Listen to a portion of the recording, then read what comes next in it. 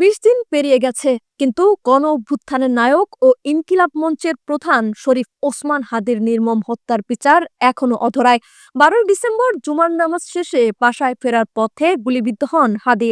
সিঙ্গাপুরে চিকিৎসাধীন অবস্থায় ১৮ ডিসেম্বর মারা যান তিনি। এরপর থেকেই চলছে হাদি হত্যার বিচার দাবিতে শাহবাগ ব্লকের কর্মসূচি।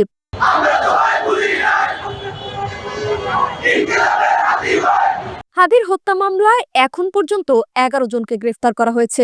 এর মধ্যে ৬ জন স্বীকারোক্তি দিয়েছেন এবং ৪ জন সাক্ষীও আদালতে জবানবন্দি দিয়েছেন।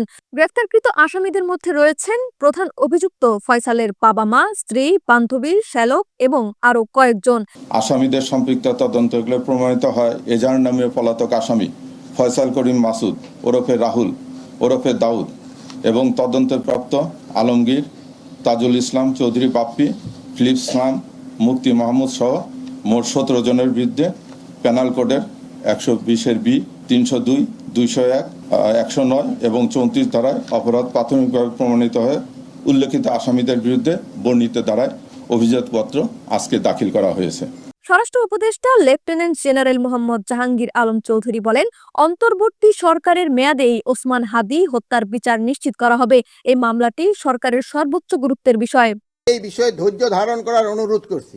আমরা অতি দ্রুত এই হত্যাকাণ্ডের মূল রহস্য এবং যারা এর পিছনে জড়িত রয়েছে তাদের নাম, ঠিকানা সহ পূর্ণাঙ্গ তালিকা জনসম্মুখে উন্মোচন করতে পারবো ইনশাল্লাহ। আপনারা জানেন, ইতিমধ্যে মামলাটি দ্রুত বিচার ট্রাইব্যুনাল স্থানান্তর করার সিদ্ধান্ত নেওয়া হয়েছে।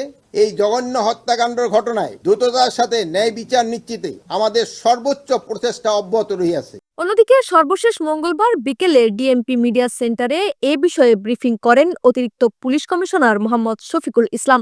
তিনি জানান, ঢাকা দক্ষিণ সিটি কর্পোরেশনের ওয়ার্ড কাউন্সিলর তাজুল ইসলাম বাপ্পির নির্দেশে হাদিকে গুলি করে ফয়সাল করিম। ঘটনাটি তাদের পূর্ব পরিকল্পিত ছিল। এই জন্য আসামিদেরকে চিহ্নিত করার পূর্বেই তারা সীমান্ত পাড়ি দিতে সক্ষম হয়। চাঞ্চল্যকর এই ঘটনায় রুজুকৃত মামলাটি অত্যন্ত গুরুত্বের সাথে আমরা তদন্ত করছি। গ্রেপ্তারকৃতদের কাছে পাওয়া তথ্য, সাক্ষীদের জবানবন্দি, উদ্ধারকৃত আলামত পর্যালোচনা ও সার্বিক বিবেচনায় মামলাটির তদন্ত শেষ পর্যায়ে রয়েছে। আগামী ৭ থেকে ১০ দিনের মধ্যে আমরা চার্জশিট প্রদান করতে সক্ষম হব ইনশাআল্লাহ। সরকার ইতোমধ্যে দ্রুত বিচার ট্রাইব্যুনালে মামলাটি নিষ্পত্তি করার ঘোষণা দিয়েছে। সেই লক্ষ্যে আমরা কাজ করছি। এদিকে আজ বুধবার আদালত ফয়সাল করিম মাসুদের ৫৩টি ব্যাংক হিসাব অবরুদ্ধ করার আদেশ দিয়েছেন, যার পরিমাণ ৬৫,৫০,০০০ টাকা। বাংলাদেশের মানুষ অধীর আগ্রহে দিন গুনছে, কবে বাংলার মাটিতে তারা হাদির শেষ ইচ্ছা, তার খুনিদের বিচারের সাক্ষী হতে পারবে।